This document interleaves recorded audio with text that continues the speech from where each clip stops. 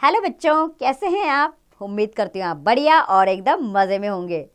तो आइए बच्चों, आज आपके शब्द भंडार में वृद्धि कर देते हैं और जानेंगे अनेक शब्द कौन कौन से हैं वो। चलिए इस पाठ के जरिए जाने फिर। तो बच्चों, हिंदी एक समृद्ध भाषा है। इसका शब्द भंडार बहुत ही विशाल है, अर्थात बहुत ही बड़ा है। किंतु किस शब्द को किस स्थान पर किस संदर्भ में प्रयोग करना है, इसका ज्ञान होना आवश्यक है। इसके द्वारा हम हिंदी भाषा में कुशल हो सकते हैं तथा हमारी लेखनी और कथन में गहराई एवं आकर्षण आ सकता है। अर्थात अगर हमारा शब्द भंडार बड़ा होगा तो हमें आनंद आएगा, बोलने में भी और लिखने में भी। भाषा भी हमारी बहुत कुशल हो जाएगी। आइए हिंदी के विशाल शब्द भंडार में से कुछ शब्द चुनकर उन्हें पढ़ने का प्रयास करें और आप समझने का प्रयास कीजिएगा और इन्हें याद जरूर कीजिएगा। तो सबसे पहले जानेंगे हम पर्यायवाची शब्द। तो क्या होते हैं पर्यायवाची शब्द? जब दो या दो से अधिक शब्द एक जैसा अर्थ देते हों उन्हें पर्यायवाची शब्द कहते हैं। आइए कुछ पर्यायवाची शब्द पढ़ते हैं। जैसे ईश्वर, ईश्वर के पर्यायवाची हैं परमात्मा, प्रभु, भगवान, ईश, स्वामी, जगदीश्वर, अंतर्यामी। समुद्र के पर्यायवाची जल्दी, निर्धि, वारिधि, सागर, सिंधु, प्योधि, नीरनिधि। कमल के हैं पर्यायवाची जलज, नीरज, अंबुज, पंकज, अरविंद, पद्य, वारिज। बादल के पर्यायवाची नीरद, वारिद, जलद, तोयत, पयोधर, घन, मेघ। और आकाश के पर्यायवाची हैं नभ, गगन, व्योम, आसमान, अंबर, अंतरिक्ष। पृथ्वी के पर्यायवाची धरा, भूमि, धरती, भू, वसुंधरा, धरित्री, अंचला। वायु के पर्यायवाची हैं हवा, पवन, समीर, बयार, अनिल, वात, मारुत। महिला के औरत, स्त्री, नारी, कामिनी, रमणी, वनिता। मनुष्य के पर्यायवाची हैं आदमी, पुरुष, नर, मानव, मनुष्य, इंसान, व्यक्ति। और तालाब के सरोवर, सर, तड़ाक, ताल, जलाशय, पुष्कर, सरसी। चांद के पर्यायवाची हैं शशि, राकेश, इंदु, चंद्र, हिमांशु, शशांक, मयंक। सूर्य के पर्यायवाची हैं भानु, रवि, दिवाकर, सूरज, आदित्य, दिनकर, भास्कर। संसार के जगत, विश्व, जग, लोक, दुनिया, भुवन, सृष्टि। पक्षी के पर्यायवाची हैं खग, विहग, पक्षी, पंछी, द्विज, नभचर, पखेरु, चिड़िया। बिजली के पर्यायवाची हैं चंचला, चपला, विद्युत, दामिनी, तड़ित, गाज, अश्नि। और लक्ष्मी के पर्यायवाची हैं रमा, कमला, श्री, विष्णुप्रिया, चंचला, इंदिरा, पद्मा। महादेव के पर्यायवाची शिव, शंभु, पशुपति, नीलकंठ, भूतेश, शंकर, महेश्वर। घर के हैं पर्यायवाची गृह, धाम, सदन, भवन, निकेतन, आवास, आलय। और सिंह के पर्यायवाची केसरी, शेर, मृगराज, नाहर, मृगेंद्र और वनराज। इसी तरह सरस्वती के पर्यायवाची हैं भारती, शारदा, वीणा पाणी, वाणी, महाश्वेता, वीणा धारणी, वागेश्वरी। जल के हैं पर्यायवाची वारी, पानी, अंबु, तोय, नीर, पय, सलील। कृष्ण के पर्यायवाची श्याम, मोहन, माधव, केशव, कान्हा, वंशीधर, मुरारी। नदी के हैं पर्यायवाची सरिता, सलीला, तरंगणी, अपंगा और तटनी और निर्झरणी। ये तो थे हमारे पर्यायवाची शब्द। अब हम पढ़ेंगे विपरीतार्थक शब्द। अर्थात विपरीत अर्थ प्रकट करने वाले शब्द विपरीतार्थक शब्द कहलाते हैं। इन्हें विलोम शब्द भी कहते हैं। जैसे वीर का विलोम काया, सुगम का दुर्गम, अनाथ का सनाथ, पाप का पुण्य, आदि का अंत, मौखिक का लिखित, आस्तिक का नास्तिक, अंधकार का प्रकाश, आरंभ का अंत, अनुकूल का प्रतिकूल। उपस्थित का अनुपस्थित, जंगल का स्थावर और निकट का दूर, क्षणिक का विलोम शाश्वत, विष का अमृत। इसी तरह विद्वान का विलोम है मूर्ख, हानि का लाभ, सार्थक का निरर्थक, गुरु का शिष्य, नूतन का पुरातन, सरल का कठिन, प्रत्यक्ष का परोक्ष और स्वामी का सेवक।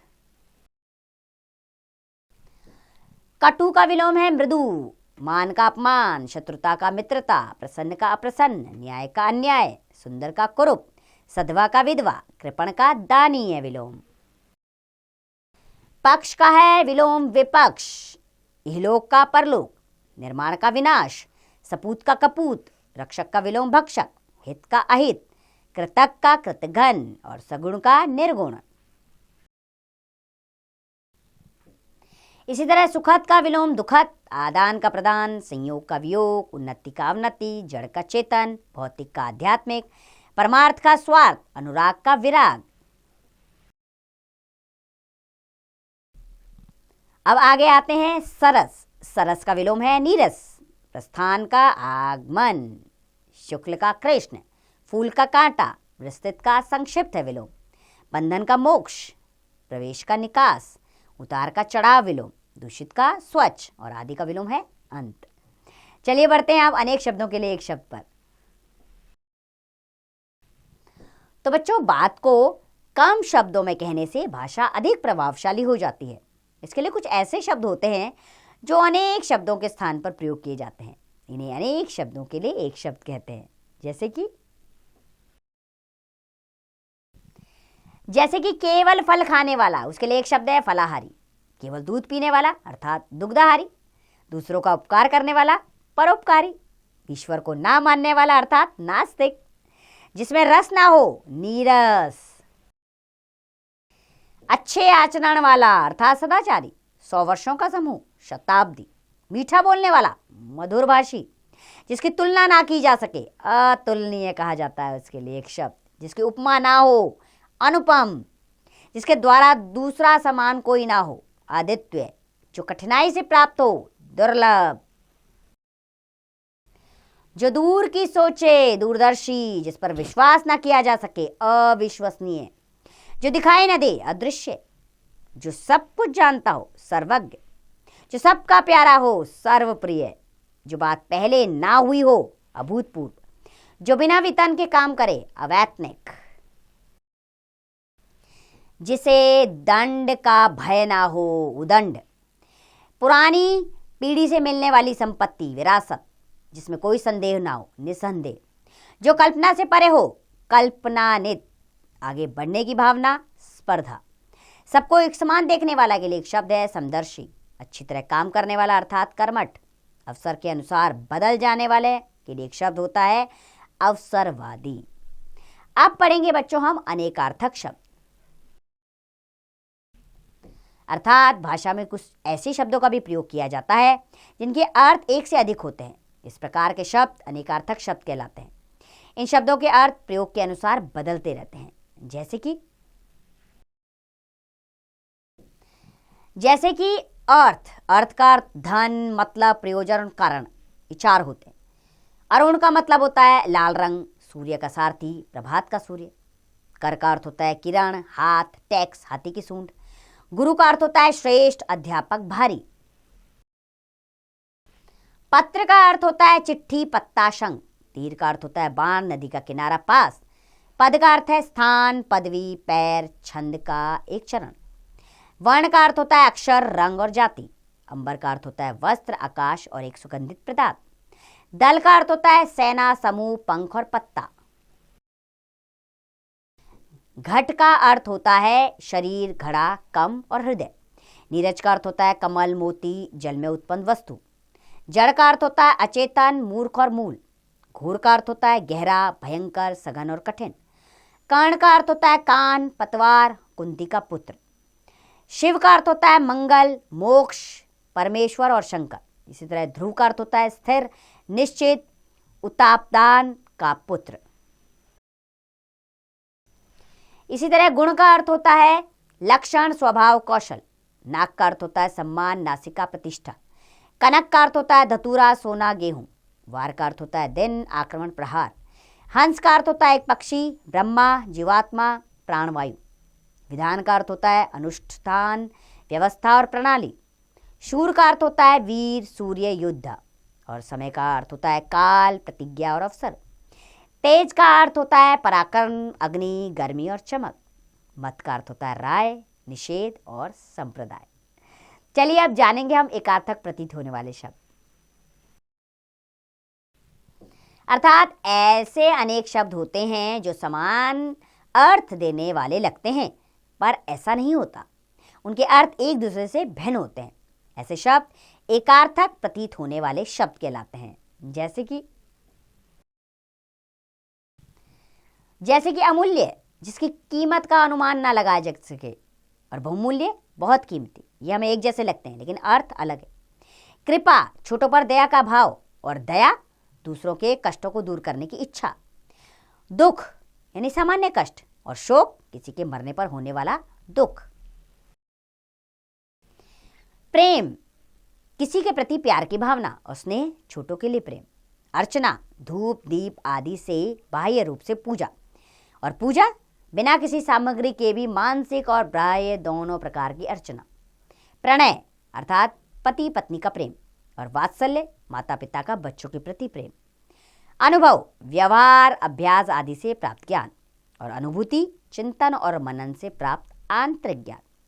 ऋषि यानी ब्रह्मज्ञानी पुरुष, और मुनि यानी धर्म व तत्व पर विचार करने वाला पुरुष। सेवा, गुरुजनों की सेवा, और शुश्रूषा, रोगियों व दुखियों की सेवा। सहानुभूति, किसी के सुख दुख का हल्का प्रभाव, और संवेदना, किसी के दुख का गहरा प्रभाव। राजा, जो देश विशेष का वंशगत अधिकारी हो, और सम्राट, राजाओं का राजा। विद्रोह, किसी शासन के विरुद्ध दल विशेष का आंदोलन, और क्रांति, जनसाधारण द्वारा शासन को उलटने का अचानक प्रयत्न। अर्पण अर्थात अपने से बड़ों को कुछ भेंट करना, और प्रदान, बड़ों की ओर से छोटों को देना। अभिलाषा, किसी विशेष वस्तु की हार्दिक इच्छा। कामना, किसी विशेष वस्तु की सामान्य इच्छा। अब बढ़ते हैं बच्चों हम श्रुति सम भिन्नार्थक शब्दों की ओर। अर्थात हिंदी भाषा में कुछ ऐसे शब्दों का भी प्रयोग होता है जो देखने में समान लगते हैं पर अर्थ में पूर्णतः भिन्न होते हैं। ये शब्द श्रुति सम भिन्नार्थक शब्द अथवा समान प्रतीत होने वाले भिन्नार्थक शब्द कहलाते हैं। जैसे कि पवन, इसका अर्थ है हवा। पावन का अर्थ होता है पवित्र, लेकिन जल्दीबाजी में हम पवन और पावन को एक जैसा समझ लेते हैं, लेकिन अर्थ अलग है। आचार का अर्थ है चाल चलन और व्यवहार, और अचार का अर्थ है नींबू आम आदि का अचार। अवधि यानी निश्चित समय, और अवधि अवध प्रांत की भाषा। अचला यानी पृथ्वी, और अचल यानी स्थिर। इसी तरह आतप का अर्थ है धूप, और आपत का अर्थ है मुसीबत। अभिराम यानी सुंदर, और अविराम यानी लगातार। आकार का अर्थ है शक्ल, और आकर यानी कि खान। अविलंब का अर्थ है जल्दी, और अवलंब का अर्थ है सहारा। नियत अर्थात निश्चित, और नियत का अर्थ है इच्छा। परिमाण का अर्थ है मात्रा, और परिमाणाम यानी फल। पानी यानी जल, और पानी हाथ। और का अर्थ है दूसरा, और यानी तरफ। कर्म यानी काम, और क्रम सिलसिला। कुल यानी किराना, और कुल यानी वंश। ग्रह का अर्थ है नक्षत्र, और ग्रह का अर्थ है घर। धारा यानी प्रभाव, और धरा अर्थात पृथ्वी। दिन यानी दिवस, और दीन यानी गरीब। तरणी यानी नौका, और तरणी यानी सूरज। चरण अर्थात पैर, और चारण यानी भाट। चपला का अर्थ है बिजली, और चपल का अर्थ है चंचल।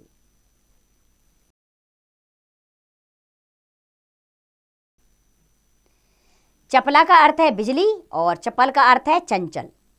द्रव अर्थात तरल, और द्रव्य यानी धन। दशा अर्थात हालत, और दिशा अर्थात तरफ। इसी तरह नीर अर्थात पानी, और नीड़ यानी घोंसला। पत्ता, पण और दल इसका अर्थ है। पता का अर्थ है ठिकाना। वात अर्थात वायु, और बात अर्थात वार्ता। भुवन अर्थात संसार, और भवन मकान। मूल यानी जड़, और मूल्य यानी कीमत। योग्य अर्थात लायक या सफल, और योग यानी मेल। परीक्षा अर्थात इम्तिहान, और प्रतीक्षा यानी कि इंतजार। परिणय यानी विवाह, और प्रणय यानी प्रेम। बच्चों एक बार आपके अभ्यास के लिए इस अध्याय को दोहरा लेते हैं हम।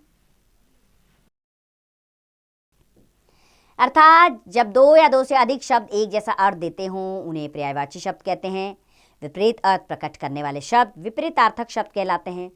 अनेक शब्दों के स्थान पर प्रयोग किए जाने वाले शब्द अनेक शब्दों के लिए एक शब्द कहलाते हैं। जिन शब्दों के एक से अधिक अर्थ होते हैं उन्हें अनेकार्थक शब्द कहते हैं। ऐसे शब्द जो समान अर्थ देने वाले प्रतीत होते हैं किंतु वास्तव में उनके अर्थ एक दूसरे से भिन्न होते हैं एकार्थक प्रतीत होने वाले शब्द कहलाते हैं। ऐसे शब्द जो देखने में समान लगते हैं पर अर्थ में पूर्णतः भिन्न होते हैं श्रुति सम भिन्नार्थक शब्द कहलाते हैं।